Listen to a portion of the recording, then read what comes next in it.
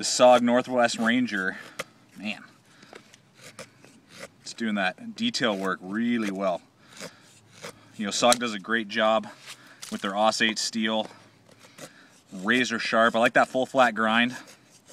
The jimping on the back of the spine there is awesome. Does a great job, bites into my thumb really well. Just very, I don't know, ergonomic, more natural to use than say the SOG Seal Pup with this light duty, you know, detailed work.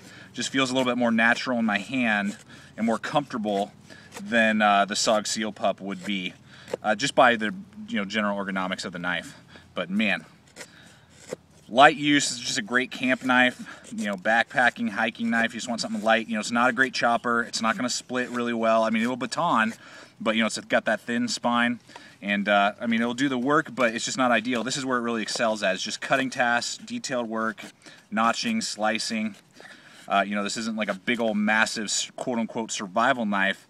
It's just definitely a utility knife that lends itself to be used when you are ranging around out in the woods. Hey there everybody, Getting Used Tactical here, giving you another review from SOG of the Northwest Ranger. This is an awesome little wilderness hunting survival type of knife, camp knife I'll say, that would definitely be worth your look if you like SOG knives. So let's give you the basic specs and we'll jump on into this review. You got an overall length of 10 inches, you have a blade length of 5.2 inches, you have a Kraton handle, full tang all the way through, lanyard hole, made out of AUS-8 steel, Rockwell hardness 57 to 58, and you have a leather sheath, and it is 0.16 inches thick, so about 1/8 of an inch thick, clip point design, satin finish. Those are the basic specs for you. As you've already seen, you know, this thing carves and cuts well, and just like that field testing that you saw, that's really what this knife excels at. And it's really, in my opinion, a better, what would I say, wilderness type of blade than the SOG Seal Pup. You can just see that there. I just want to give you kind of a side-by-side. They're almost exactly the same blade length, almost the exact same in almost every way in the steels, you know, full enclosed handle, blade lengths, all those different things. But this one is definitely more of a tactical fighting knife first and a utility, you know, wilderness survival knife second.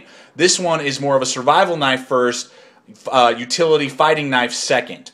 So it's kind of just you pick your choose, very similar, very close in weight. If I didn't mention before, I believe it weighs in at 6.2 ounces as well. That's the weight of this knife. And, you know, it's a great full flat grind knife for stainless steel. That full flat grind I love. It's razor sharp out of the box.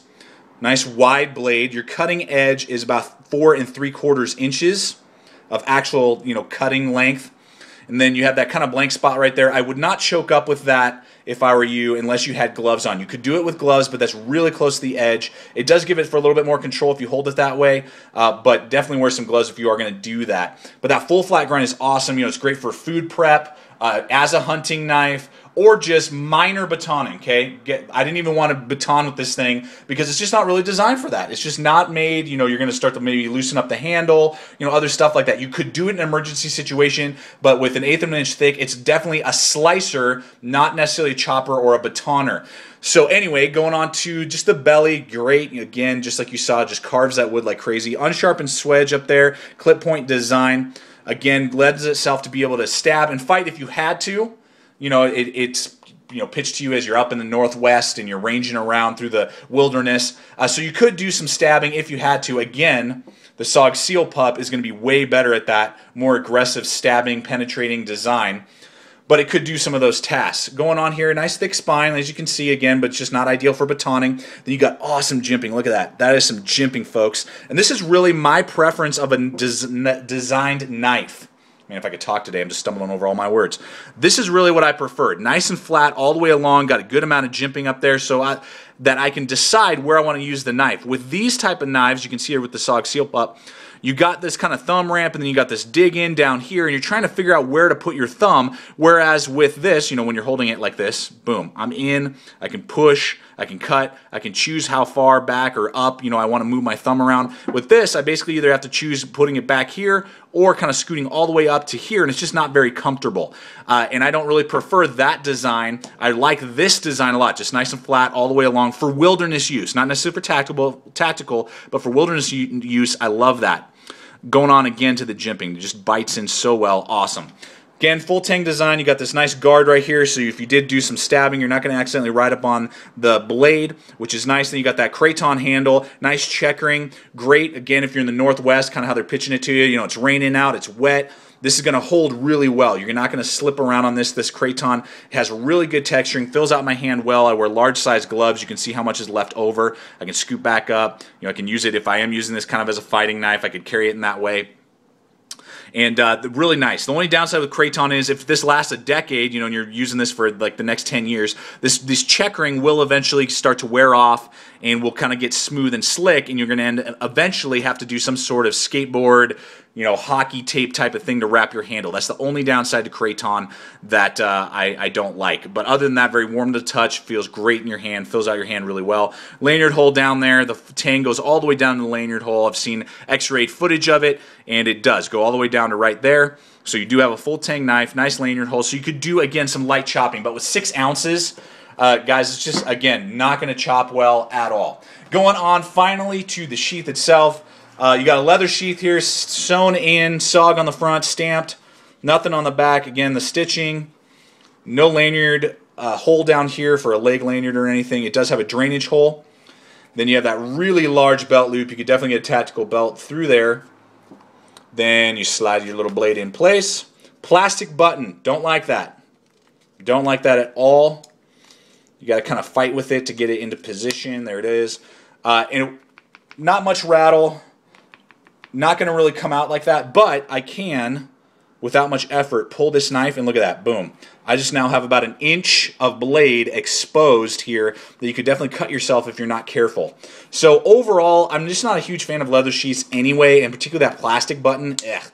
And really, guys, I'm just talking to all knife companies.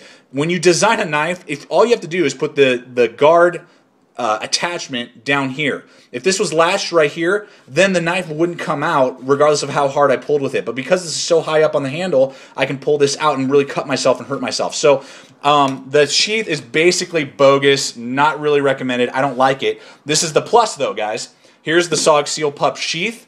This baby was designed almost for this SOG Northwest Ranger. Fits in there perfectly like a glove. Really nice. No rattle. Now you got the MOLLE compatible. You got the pocket. And if I pull really hard, you can see there I'm pulling as hard as I can, and there's still no edge exposed. That's just the blank spot before the edge starts. So that's a much better, you know, designed sheath. I wish that they just sent us the Northwest Ranger with this sheath instead of the leather one. The leather one's basically bogus. You can buy these sheaths aftermarket for around 20 bucks online. The SOG Seal Pup or Seal Pup Elite nylon sheaths will fit the Northwest Ranger, and that would be my recommendation for you. So, an awesome camp knife. If you're looking for a stainless steel blade, highly recommended at Gideon's Tactical. If you're just looking for something to slice, prepare food, prepare kindling, and not really for chopping or batoning, that's going to be lightweight, Northwest Ranger is the way to go. So hopefully this helps you out. Thanks for watching. Stay equipped, stay prepared. We'll see you out there.